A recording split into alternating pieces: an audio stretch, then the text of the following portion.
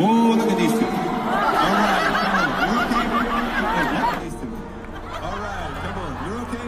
গত কয়েক মাস ধরে আন্তর্জাতিক সংবাদ মাধ্যম এবং সোশ্যাল মিডিয়ায় একটি ঘটনা নিয়ে তুমুল আলোচনা চলছে। এটি শুরু হয়েছিল একটি ভাইরাল ভিডিও থেকে, যেখানে এক নারী ও পুরুষকে কোল্ডপ্লে ব্যান্ডের কনসার্টে কিস ক্যামি ধরা পড়তে দেখা যায়। তারা দুজনেই ছিলেন একটি স্বনামধন্য টেক কোম্পানি অ্যাস্ট্রোনমারের উচ্চপদস্থ কর্মকর্তা। এই ঘটনার পর তাদের দুজনকেই চাকরি ছাড়তে হয়। এখন এই ঘটনার রেশ ধরে সামনে এসেছে নতুন একটি তথ্য। গত জুলাই মাসে কোল্ডপ্লে ব্যান্ডের একটি কনসার্টে ঘটে যাওয়া একটি ঘটনাকে কেন্দ্র করে সম্প্রতি নতুন তথ্য সামনে এসেছে। নিউ ইয়র্ক ভিত্তিক প্রযুক্তি প্রতিষ্ঠান অ্যাস্ট্রোনমারের তৎকালীন সিইও অ্যান্ডি বাইরন এবং তার অধীনস্থ কর্মকর্তা ক্রিস্টিন ক্যাবার্ট কিস ক্যামে ধরা পড়ার পর এখন ক্রিস্টিন তার স্বামীর থেকে বিবাহ বিচ্ছেদের জন্য আবেদন করেছেন।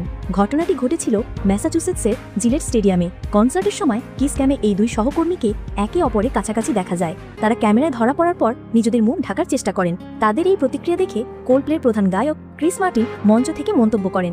এরপর পরই এই ঘটনাটি ভাইরাল হয়ে যায়। ঘটনা 3 দিন পরে অ্যান্ডি বাইরন তার পদ থেকে ইস্তফা দেন এবং এর কিছুদিনের মধ্যেই ক্রিস্টিন ক্যাবার্টও চাকরি ছেড়ে দেন। মানব সম্পদ বিশেষজ্ঞরা এই ঘটনাকে কর্মক্ষেত্রের সম্পর্ক এবং ক্ষমতার ভারসাম্যের দৃষ্টিকোণ থেকে পর্যালোচনা করেছেন। আদালতের নথি অনুযায়ী ক্রিস্টিন গত 13 আগস্ট বিবাহ বিচ্ছেদের জন্য আবেদন করেছেন। তবে এই বিবাহ বিচ্ছেদের আবেদনটি ভাইরাল হওয়া ঘটনাটির সঙ্গে সরাসরি সম্পর্কিত কিনা তা এখনও স্পষ্ট নয়।